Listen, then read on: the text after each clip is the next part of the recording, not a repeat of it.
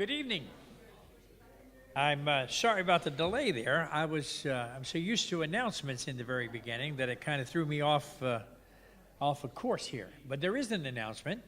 The men of this church are going to be having a golf outing this coming Saturday at Little Apple Creek. It's where we're going to play golf at. We're not having that other thing, are we? At that place, at the Der Dutchman? No, just okay. So we're going to play golf. But I just wanted to pass that on. Whatever other announcements we were supposed to have, I don't know what they are. Do I look nonplussed? So tonight, without further ado, we're in the book of Revelation. Have you all noticed that we've been there for a while already? And we're talking about the four horsemen. We've got two of them. Pretty well convinced that we know a little bit about them, perhaps, maybe.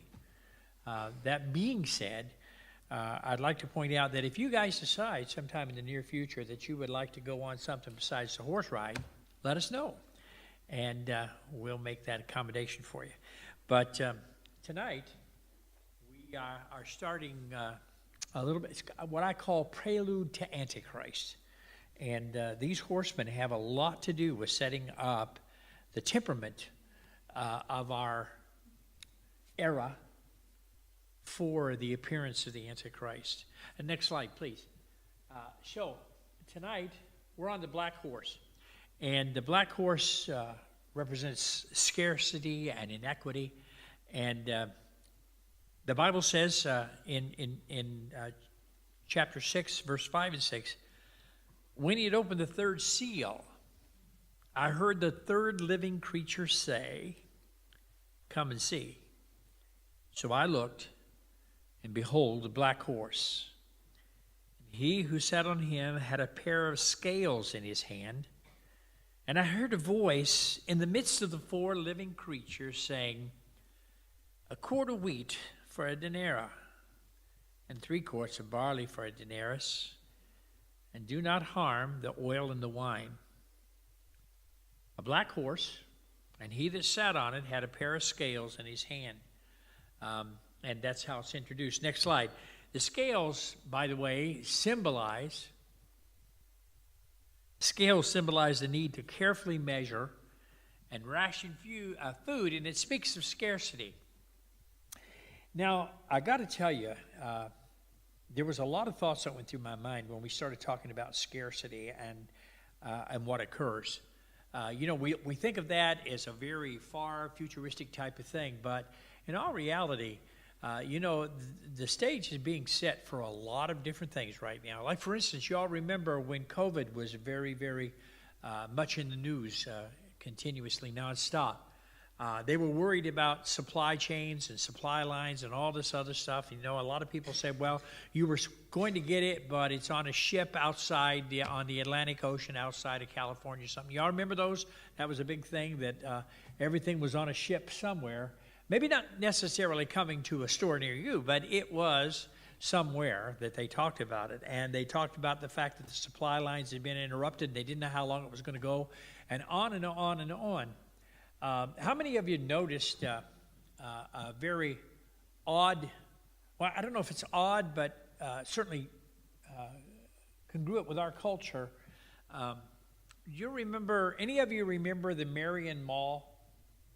Marion, Ohio Mall, did you remember that? I used to love to go to the Marion Mall. I did. I enjoyed it. I mean, it wasn't the one down at Polaris, but the Marion Mall, you could walk, there was some nice stores in there, and they had the pretzels, and, you could walk halfway, get a pretzel, and halfway back the other way, you can get an ice cream. So it was a beautiful mall filled with many stops that were absolutely advantageous, but I enjoyed it because you had Penny's on one end, and you had Sears on the other end, and those were the two anchor stores. So y'all remember that. And the good thing about Penny's is you could go and actually buy clothes that were nice clothes. I loved Penny's clothes. Most of the suits that I own to this day are still from J.C. Penney. I have one suit that was given to me that is not from J.C. Penney, I think, or Sears, and that was one that was from Armani. I only wear that suit. I trot it out every now and then just to show off. And I was really grateful for that gift. That was because it's probably the only Armani suit I will ever have, and it was given to me. So I'm very thankful for my Armani suit. I look beautiful in it, I must say. And, well, I don't have to must say, but I wanted to, so I did. And but at any rate, I liked that mall. And has anybody been to the mall recently? There, Jill has. Well, Sears is not there, and Penny's is not there, and well, actually, there's nobody there. It's empty. It's empty.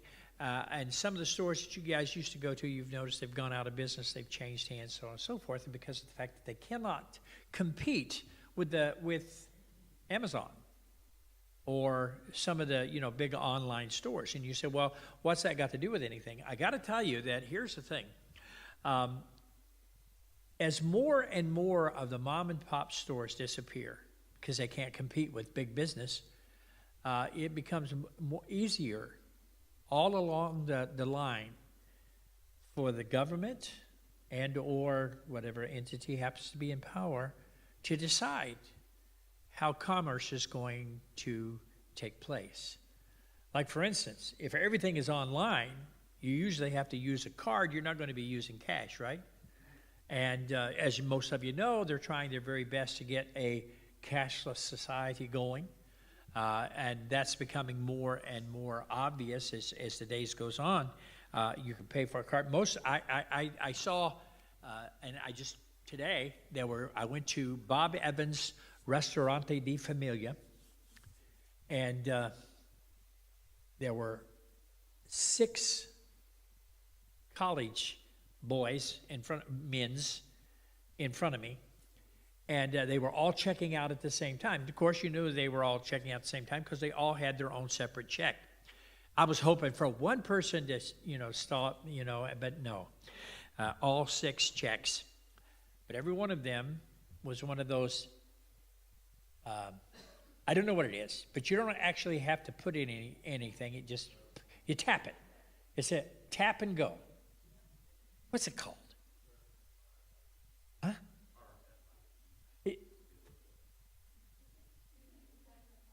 But I'll tell you what. Now, I don't have a chance with that one. That's the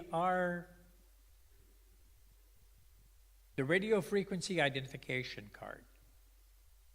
I'm impressed, mister, because I didn't even think I was going to get that name at all. Walter, you did good, bud, because I'm thinking I wouldn't have got that at all. But that's it. You're done. You're done your shopping. You're finished. And more of that is becoming prevalent. And it is much easier to have control over things that are computerized. And so this black horse symbolizes the need to carefully measure and carefully ration food. When this occurs, and you think it's so far-fetched, it's so far in the future, but really, we had a taste of it during COVID. The government decided what was available and what wasn't. And we got used to it. We almost blended right into that whole entire change of the culture. And we are a people that have been, we're almost like cows that are herded into different things. And we have to be very careful and be alert of what's going on. So, and by the way, as things change, some of you probably recognize that there is a continuous, nonstop global warming type of rhetoric that's going on. All of you are familiar with global warming, yes? And there's 2 sides of it. There's some people that say global warming, I think it was in the year 2000, we had 10 more years to live, and if we didn't change it, it was over in 2010. Well, we got to 2024, and it's not over yet, but so somebody messed up somewhere. But is there a change in the weather? Would all of us agree that something seems a little off somewhere? And I don't buy into global warming, But I do buy into the fact that our God said this earth would grow cold as a garment, that it would not be able to sustain. Because of why? Well, and I know this seems a little off the lesson, but it isn't, because I think we need to set the stage for it. Like, for instance, did y'all know what God said about farming? Does any of you know what God said about farming? Anybody want to take a stab at it? Okay. So, God said, here's what I want you to do. You plant the garden, but on the 7th year, let it rest. Let it replenish itself. Well, we don't do that. Sometimes we grow 2 crops a year on the same bit of ground. And you wonder how that's possible. Well, it is possible. I think we have one that you can come in like winter wheat and then get it off at a certain time, and then you can put something else in. I don't know what winter wheat is. I think I call it Frankenwheat.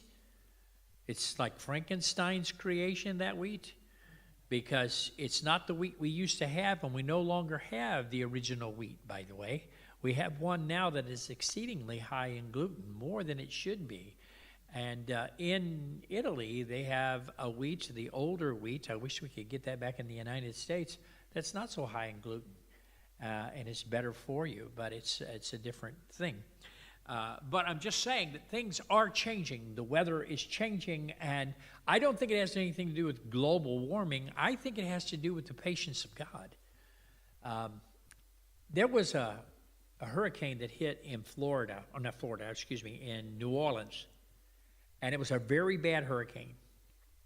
And one of the ministers down there, and it was right during the time of Mardi Gras, one of the ministers said, it might be that God is a little aggravated with us, and that's why we got this storm, was because of the fact that he's tired of people doing what they do at Mardi Gras. And, I think it was the vengeance of God. Well, he got really in a great deal of trouble across the whole entire nation because of the fact that he had mentioned that maybe God was responsible for some of the stuff that's happening. And I got to tell you, when I read the book of Revelation, I'm very much aware that God is responsible for everything that's happening. And we ought to give a very earnest heed to the fact that he said, if you continue this way, this is what I'm going to do. He said, if you will keep my commandments, if you'll do what, I'll bless you, I'll keep you. He said, if you don't, then this is what's going to happen. And sometimes we don't like that too much, but it's still a reality, and we need to understand that God is in control. And then he said, okay, things are changing now. And when he's talking about this, he said, these prices are about 12 times higher than normal. And that means that a cost of day's wage to buy the ingredients. And has anybody noticed that it seems like we don't have as much buying power as we had before? No? Today, I got 3 bags of groceries. Small, the little plastic bags of groceries. $93. I'm thinking, what? How did I get something wrong here? I got $93 worth of groceries in 3 bags. I remember when $93 would get you 6, 7 bags. Bigger ones. But anyway, let me go on. You guys are probably not interested in that, but you should be, because things have changed. Matter of fact, I went out to dinner not too long ago with Harry Delesk and Betty and Jill, and we come out of that little house of fish. What's that? C&G, R&P. It's in Belleville. C&M. Huh? V&M. Yes, we were at the V&M getting the fish, and so we're going out, and the lady said to me, she said, you get a 17% discount. I said, what? I mean, oh, a happy day. Oh, a happy day. 17. I said, why? She said, because the Republican Party is right outside, and they're giving everybody in here a 17% discount because that's how much the price has risen since Biden took office. So I just thought, well, should I thank Biden or do I thank the Republicans? He raised it, they fixed it. Go with the Republicans. 17% bought my vote. I tell you what, that's all it takes to get my vote. You just, give me a discount and I'm going to vote for you. But this scripture says that it's going to change, that inflation is going to take hold. And it says it's going to cost a lot more. Matter of fact, it's 12 times higher than what it would normally cost to have this bread, or how much they would have for a loaf of bread. And it describes a time of famine when life will be reduced to the barest necessities. We're not talking about the very best. We're talking about, just bread. Just bread. We're not talking about meat here. We're not talking about the things that we would like, or those things that are delicious to consume, like the delicious, I believe, that was invented by Jesus, potato chips. Anyway, finally, I got you to shout in the service. So I just want to give you another innocuous statement that seems to be pervading the Democratic Socialist Party, and that is the redistribution of wealth. It sounds good in theory, don't it? Take from the people that have a lot and give it to the ones that don't have very much. It seems to me like robbery, but then again, I'm just, I think if you take something from somebody, isn't that kind of wrong? Or how about this? Thou shalt not covet. So if we look at the rich guy and we say, oh, you got too much, are we coveting what he has? I think we are. But so the redistribution of wealth is a socialist phrasing of stealing from the rich to give to the poor. It sounds good in theory, but it doesn't work. The only difference is they make minor changes. Today, new descriptions like democratic socialism, but the foundation of that is still socialism, and socialism seems to be raising its ugly head here in America at an alarming rate. Next slide. People can argue this all they want, but history has repeatedly shown that socialism is a corrupt system of failure. Some of you are familiar with this cartoon. The insanity is doing the same thing over and over, expecting a different outcome. Well, the solution to runaway inflation is just more spending. If you guys notice that we seem to be very interested in reprinting more dollar bills on a regular basis. And so the idea is if you just continue to have more money, well, that'll put inflation. No, it's just going to increase it. But people can argue this, but this have always been implemented. All of these giveaway programs and everything else have been implemented by a corrupt socialist system that wants to retain their power. We have a real problem with our border. Some of you know this already. And we think that it is all a humanitarian effort as we take more and more people that have we've never vetted them. We don't know who they are. We don't know where they come from. They're coming across the border at an alarming rate. And drugs are on the increase. Murder is on the increase. Violence is on the increase because we don't have the infrastructure necessary to really take this many new people that are coming in and it's just, but behind all of this is a vote. We don't like to think about that stuff, but it's still a vote. And that's why they're here. And you say, well, no, they can't vote. They're not citizens. You would almost think that would be something that's legitimate, would you say? That you cannot vote unless you're an American citizen? Why would you vote in our elections if you're not an American citizen, right? But here's the thing. They do have the right to vote. So let me just go on because I just want you to know that there's a whole lot of things that are developing underneath that deception. You remember the first horse, the white horse of deception, and now the black horse is coming in. There's a whole lot of things that are being set down as a groundwork or for the prelude to the Antichrist.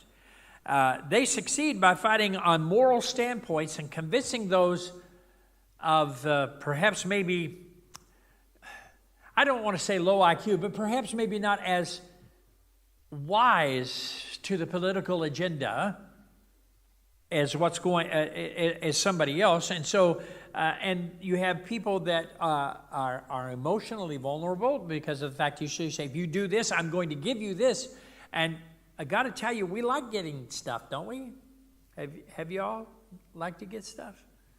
I mean, if you want to approach me, I tell you, 17%, you get my vote.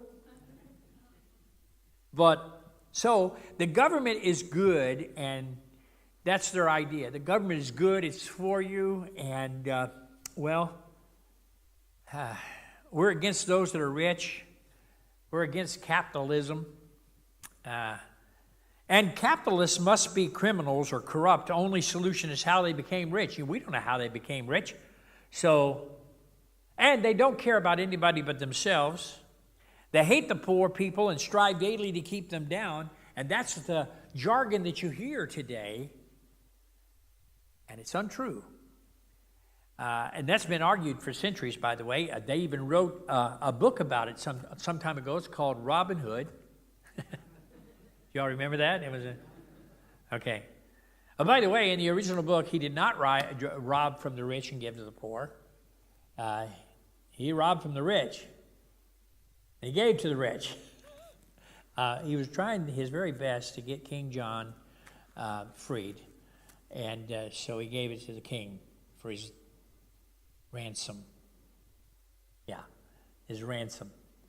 So I don't know how many poor people got anything out of that, but at any rate, there's a lot of idiots today that believe in repeating something that has failed so many times in the past might work this time. And socialism is one of those things, and they still don't quite get it. Next slide. Well, you do this by making a tweak here and there. Others are so gullible, they realize that doing the same thing over and over again, expecting a different result, is going to be better. So, government crowds out private sector. Big government requires big taxes. Excessive government creates excessive debt. Economy 101. 4 reasons why big government is bad government. Most government spending is for buying votes, not public goods.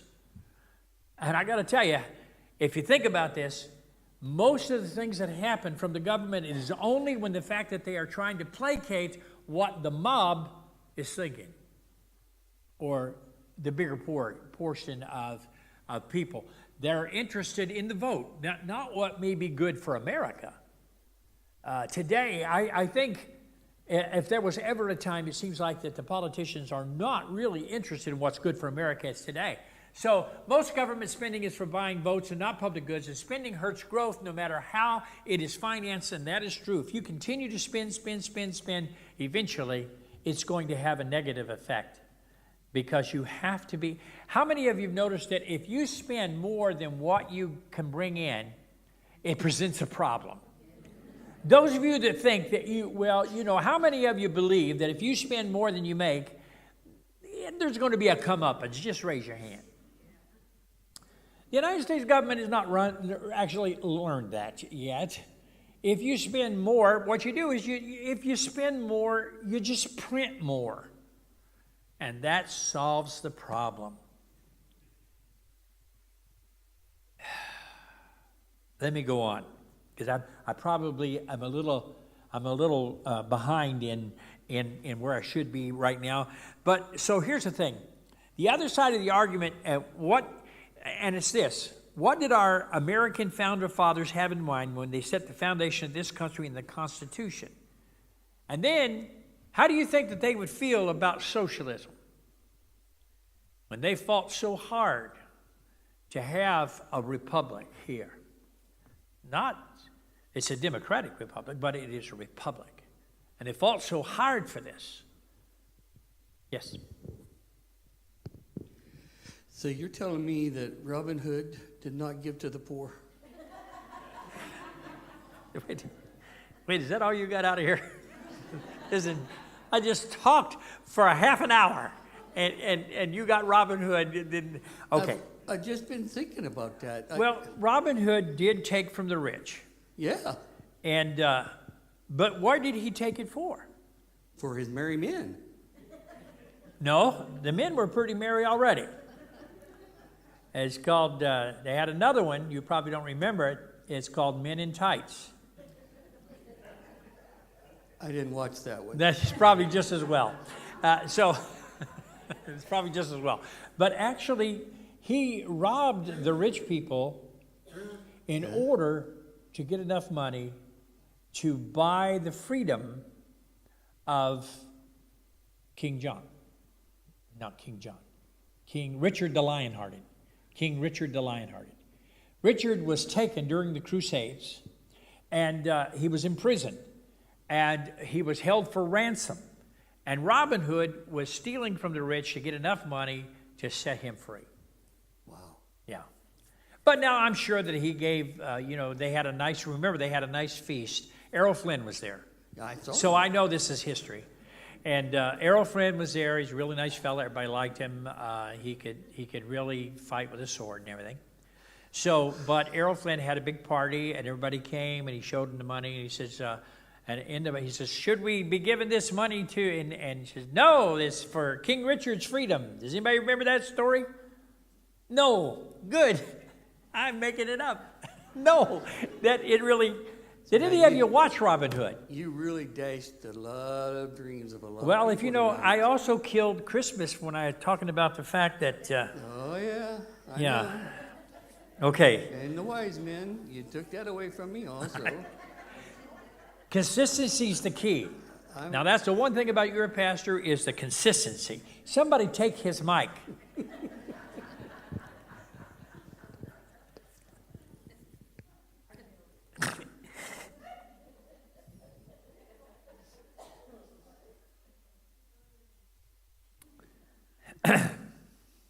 Next slide, please. Social mission. Sounds like a winner, don't it?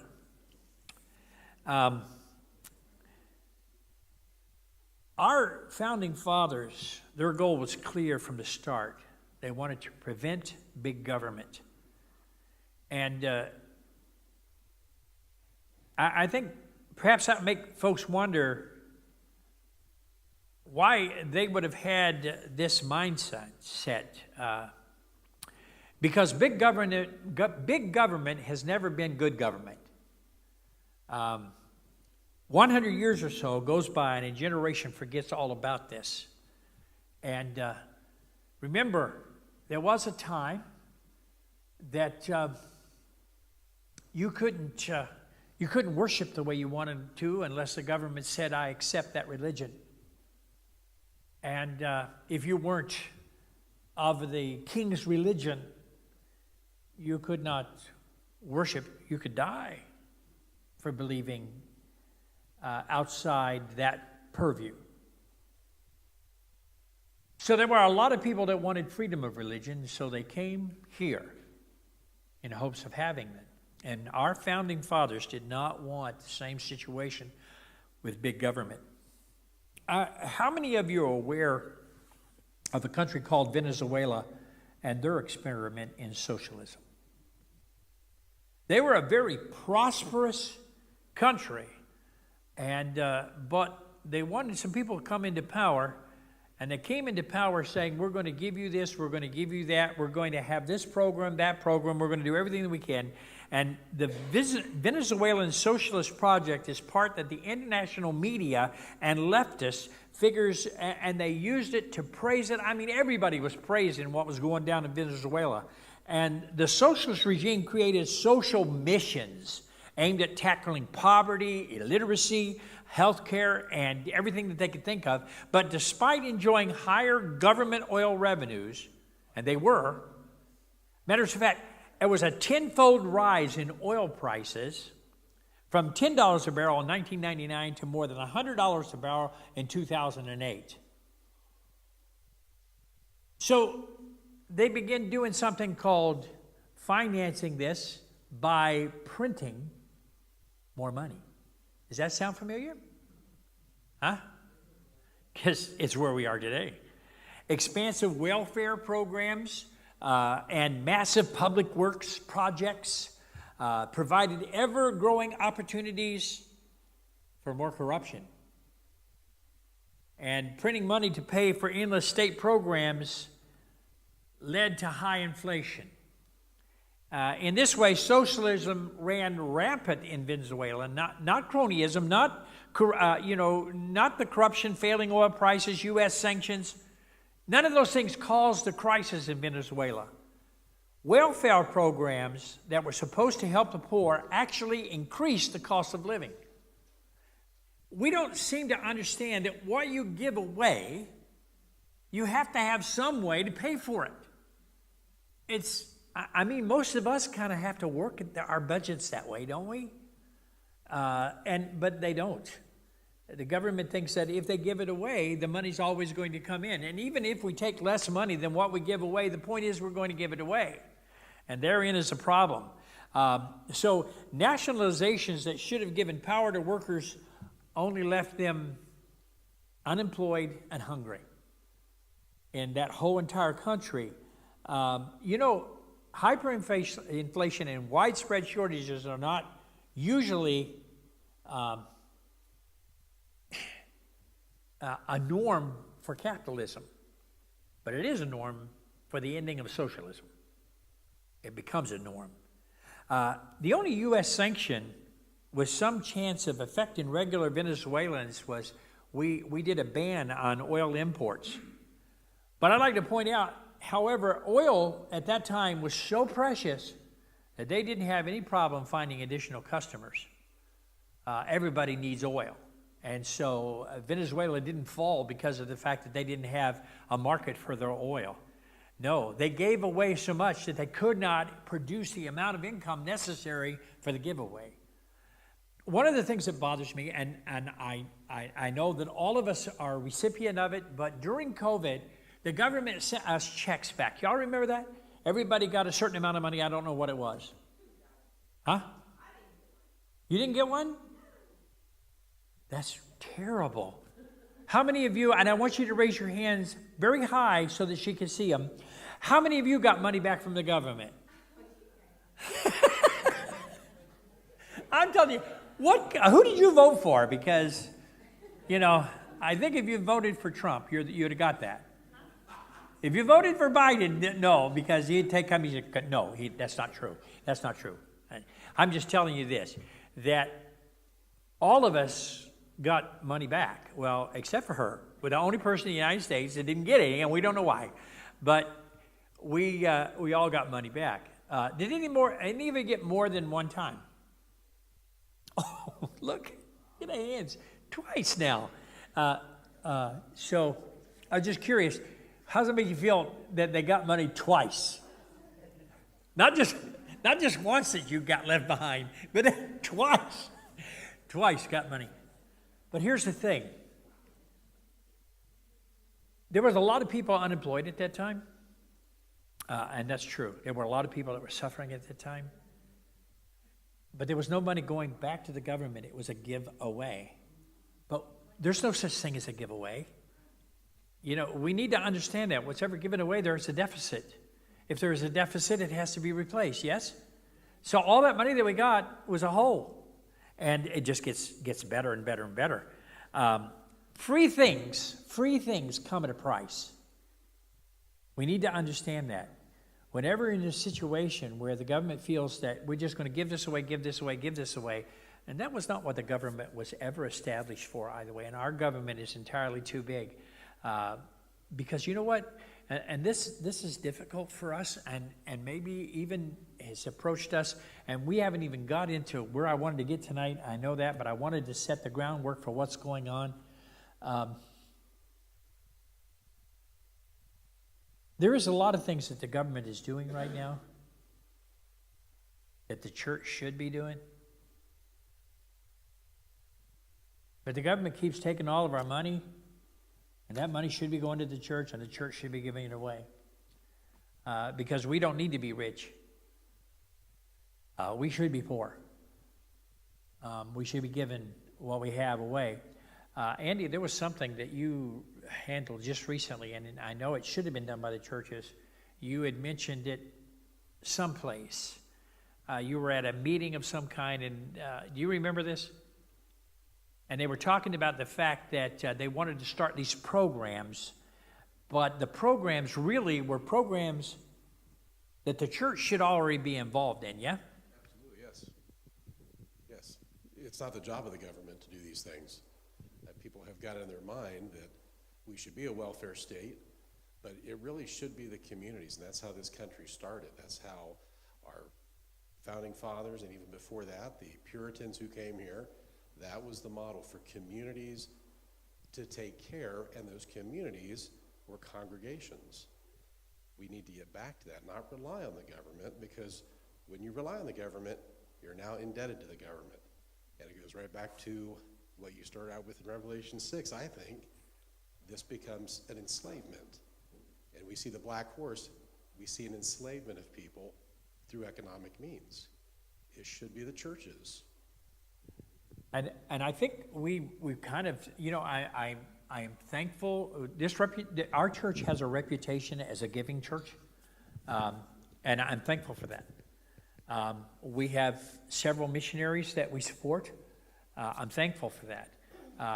Our Wednesday night people, you folks, whether you know it or not, you've probably given out close to $20,000 so far to missions, just this little group of people. And sometimes we forget about those kind of things. I'm thankful that we are a giving church. And I think that's the reason that God continues to bless this church, is because of the fact that we have no real desire to hold on to our cash. And of course, you all know I'm always after whatever money you have. And but the thing is, whenever you decide that the churches are not responsible for the poor, we got problems. Back in the day, people would have, you remember they used to have these things called barn raisings?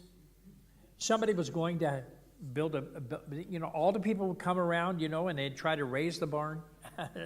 No, I'm probably saying it wrong. No, it's a barn raising. Yeah, raise the barn.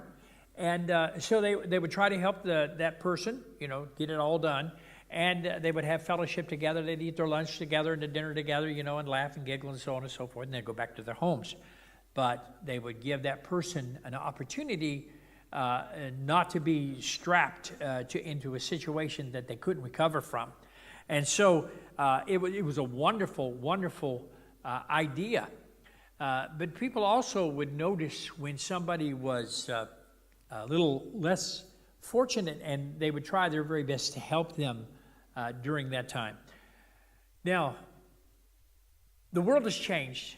And I will tell you, I know the world has changed. And most of the time, if you're going down one of the freeways and you happen to get off at an exit, there's somebody there saying, "I will work for food," right, with a sign.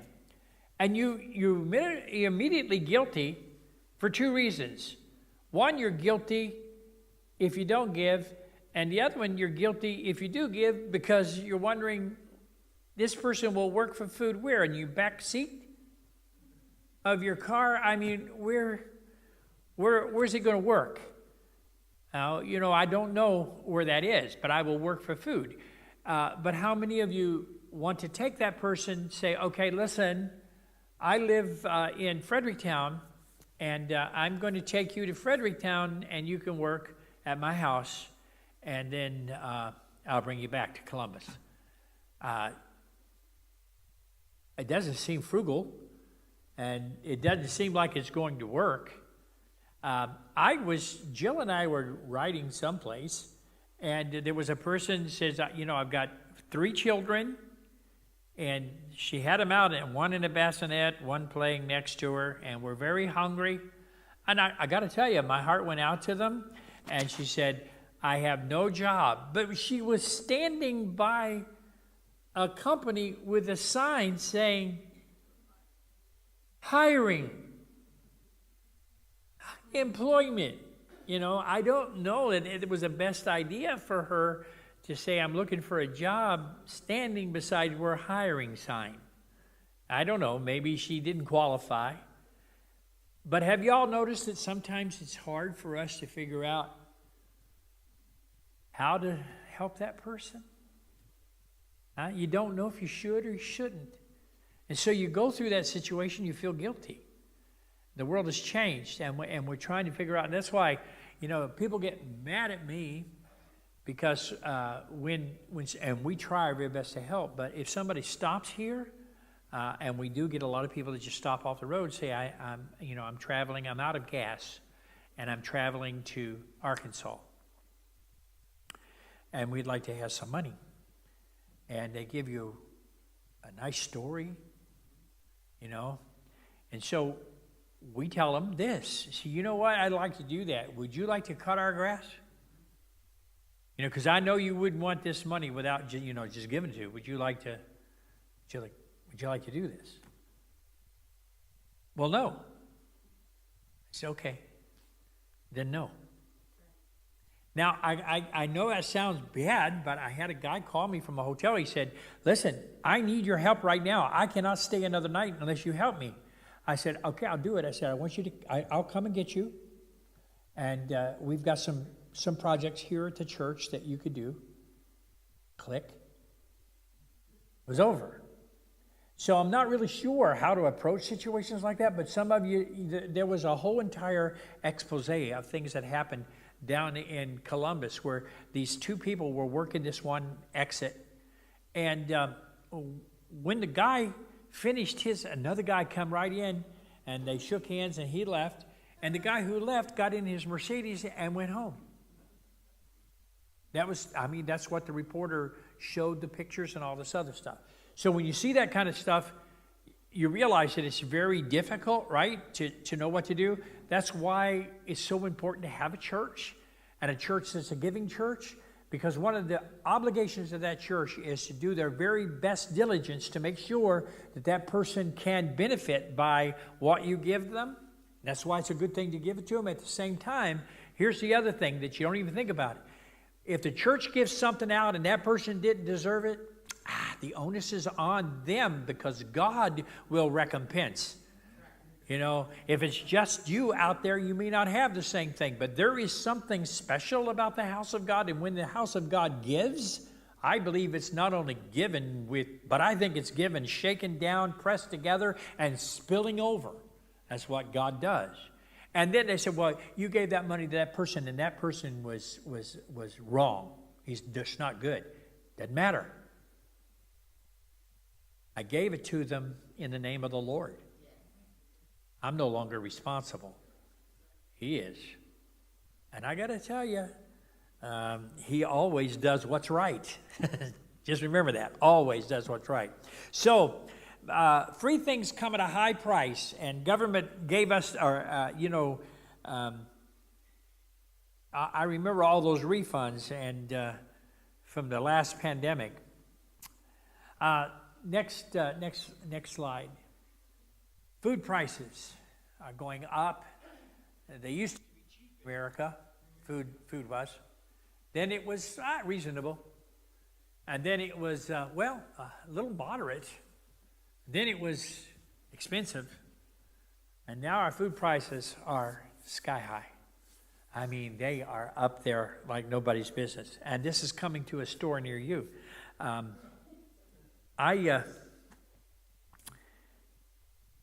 I bought a little bag of dog food today, because my dog, I'm going to have to put my dog down because he's eating too much. It's healthy, but I might have to kill it because dog food is going up. Has any of you noticed that dog food is going up? Oh, my gosh. And so, I try to give her this little kibbles that go with her kibbles, and they're like chicken pieces and soft, and, she don't have any teeth. We had to pull the teeth.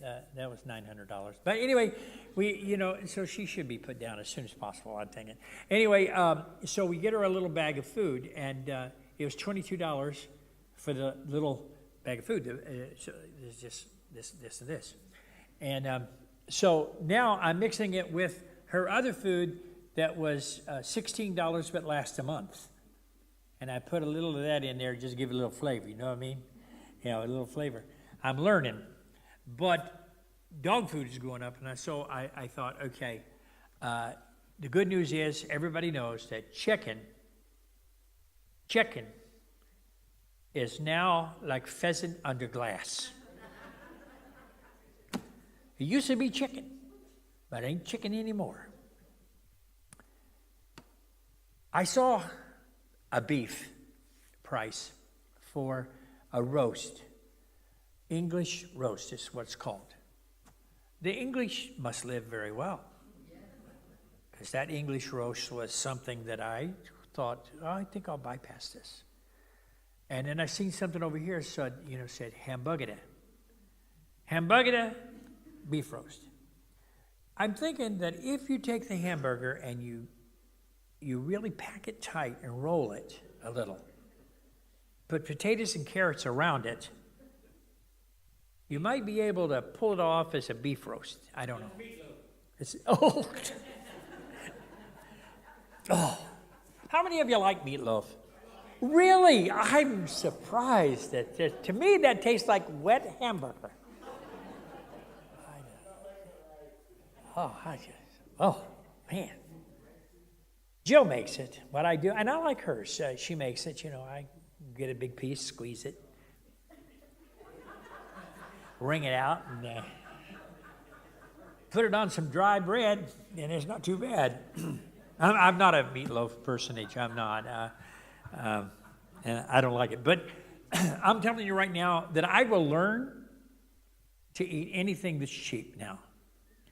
Because when I was younger, I did it with vegetables. I remember when I used to hate lima beans. Now they're my favorite. I kept thinking, and the way that I taught myself into eating lima beans was I said I would hate to be stranded on a desert island and the only thing that grew there was lima beans. So I started eating lima beans. And I started eating, asparagus and broccolis and all of these things until I learned to like them. Because that's the kind of guy I am, Stephen.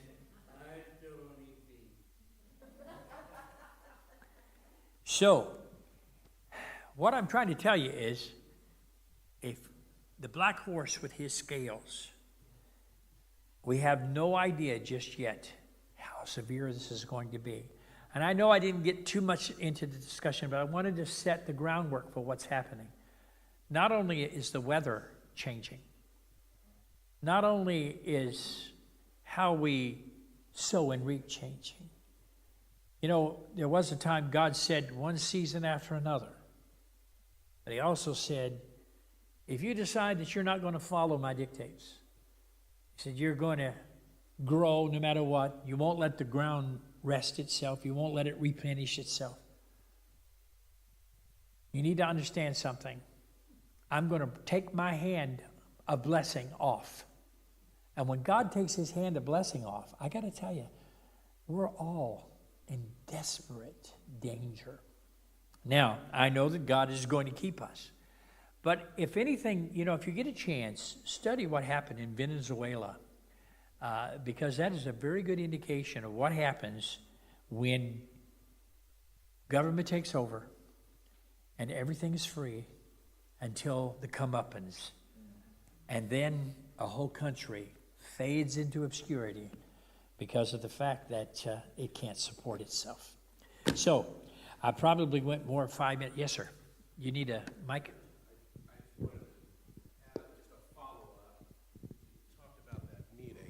Yes. Part two of that is we had about 50 churches roughly represented in that meeting. That's been 4 or 5 months ago. We've had conversations with a total of 3 pastors representing 2 churches. There is almost seemingly no interest in getting that help. And what I think is relevant to the study tonight, a couple things. First, I don't think people realize how involved this church is with community. And I don't want to risk anything delicate here, but I know that you have gone personally in some of these situations and given that victim of domestic violence a check because they can't pay their rent. anyone who is looking to give to a church, I think they need to understand it needs to be a church that is really doing what the gospel calls us to do. And I can tell you personally, and I know that this church is doing that. The other thing I think that really speaks to the greater problem is, keep in mind, we had 50 churches represented. That's a sizable representation for a rural community. We hear back from 3 pastors representing only 2 of those churches.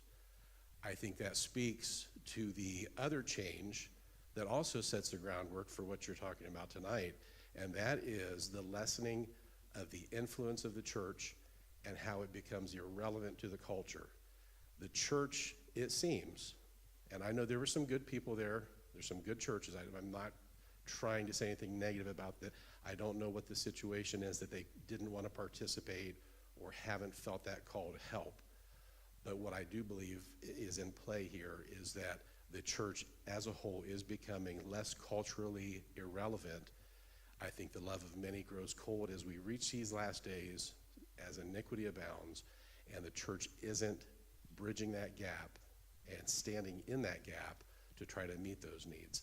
The positive side, not to end on a down note, but the positive side is this church is trying to do that. We can't do it alone, but I can tell anybody that asks, this church is doing that. This church really is being the hands and feet of Christ, and I thank you for that.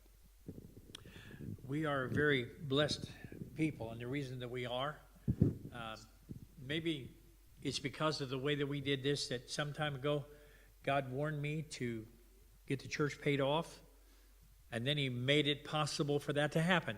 And I can tell you right now, I have no idea how he made that happen.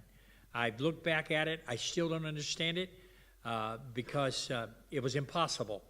We owed $400,000 and some on the building, and I said we're going to pay it off in 3 years. And we were only had at the most, we would have only had $30,000 left over at the end of 3 years from what our budget was and what, maybe we were going to be $10,000 to the good at the end of the year. That would have made $30,000 that we could have put on the mortgage. That's not what happened. At the end of that 3 years, the church was paid off exactly on time, and 1 week before the government shut all the churches down. And I believe that all happened because we were obedient to God. Whenever you're obedient to the Father, you can't lose. You just can't lose, because he always takes care of his own, and he did for us. Every one of us have benefited from what God did. And you go all the way back to 2008 when that oil price went way up and there were people losing their jobs left and right. We put together the Green Pages. Y'all remember that? And we started hiring people that were members of the church for whatever work that needed to be done. And we worked at a fair price, and we made sure that everybody got the money that they were supposed to get at the end of that contract, whoever they decided to contract with to do a job.